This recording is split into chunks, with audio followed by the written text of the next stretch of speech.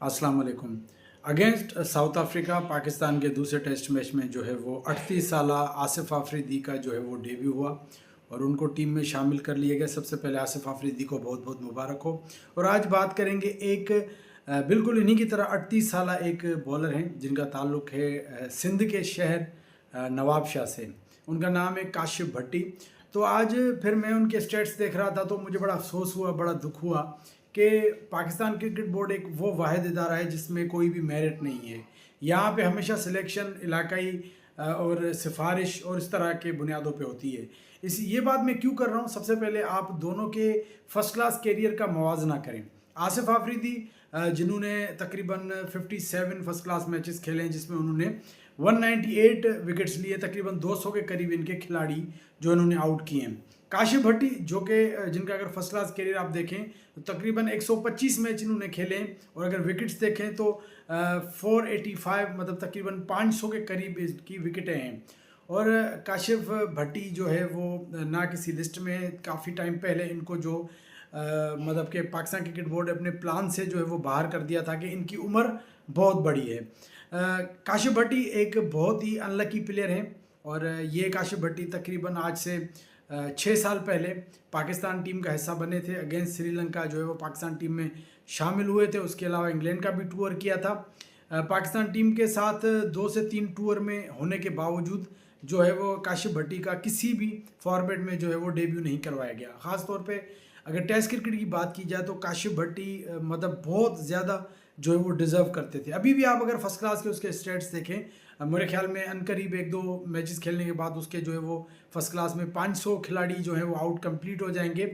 तो कितने अनलकी हैं। तो सवाल यहाँ पे ये पैदा होता है कि कोई भी आप इदारा उठा लें जिसमें एग्ज़ाम्स होते हैं, इम्तिहान होता है, तो मार्क्स की बुनियाद पे जो सिलेक्शन होती है भाई फ़लाँ की ये परफॉर्मेंस से फ़लाँ की, लेकिन पाकिस्तान क्रिकेट बोर्ड वो वाहिद इदारा है जिसमें परफॉर्मेंस नहीं देखी जाती। अब आप सुनाए, आप मुझे बताएं, अगर 38 साल की उम्र में ही अगर आपने डेब्यू करवाना था आसिफ आफरीदी का, तो आसिफ आफरीदी ज़्यादा डिजर्व करते थे या काशिफ भट्टी ज़्यादा डिजर्व करते थे?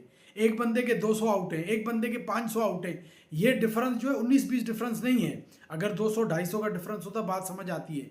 एक बंदे के 200 आउट हैं, एक बंदे के 500 आउट हैं, लेकिन 500 आउट करने वाला बंदा किसी प्लान में नहीं है। आप अगर ये कहें कि भाई करंटली आसिफ आफरीदी ने परफॉर्म किया है तो ये हनीमून ट्रॉफी की परफॉर्मेंस है। काशिफ भट्टी पिछले 3-4 सालों से जो फॉर्मेट खेल रहे हैं उसमें जो है वो टॉप विकेट टेकिंग में होते हैं और ये जब भी कोई भी फॉर्मेट खेलते हैं ये टॉप विकेट टेकर बॉलर में ही शामिल होते हैं। लेकिन अफसोस के साथ कि काशिफ भट्टी जो कि इतना ज़बरदस्त कैरियर रखने के बावजूद उसको जो है वो मौका नहीं दिया गया। अब हम इसको क्या कहें, आप खुद बताएं, इसको हम क्या कहें।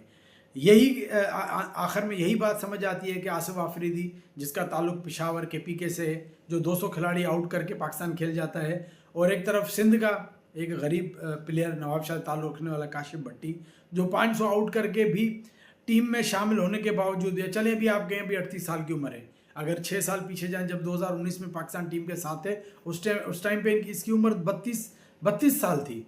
आपने एक ऐसा बॉलर जो आपने खुद ज़ाया कर दिया। जब आप उसको लेके गए थे आप उसको मौका तो देते, लेकिन मौका नहीं दिया गया। लेकिन आज हम देखते हैं कि कहानी बिल्कुल मुख्तलिफ है। 38 साल की उम्र में सिलेक्शन भी होती है, ग्रेड 2 की परफॉर्मेंस पे सिलेक्शन होती है, हनीमून ट्रॉफी की परफॉर्मेंस पे, और पाकिस्तान भी खेल जाते हैं। ये है इलाकों का डिफरेंस। फिर हम जब ये बात करते हैं तो हमें ही ताने दिए जाते हैं कि आप जो है वो इलाकाई तासुबी की बात ना करें। देखें, हम इलाकाई तासुब की बात नहीं करते, हम मेरिट की बात, हमें ऐसे नहीं कि हर किसी प्लेयर की बात करूँ कि भाई इसको पाकिस्तान खिला दो। लेकिन आपके सामने एक बंदा 200 आउट करे, एक बंदा 500 आउट करे, लेकिन 200 वाला जब पाकिस्तान खेल जाए और 500 वाला घर बैठा रहे तो फिर तो सवाल बनता है। चलें जी, आप इस सवाल से क्या सोचते हैं, अपना रिव्यू जरूर दीजिएगा। अपना बहुत ख्याल रखिएगा। अल्लाह हाफिज़।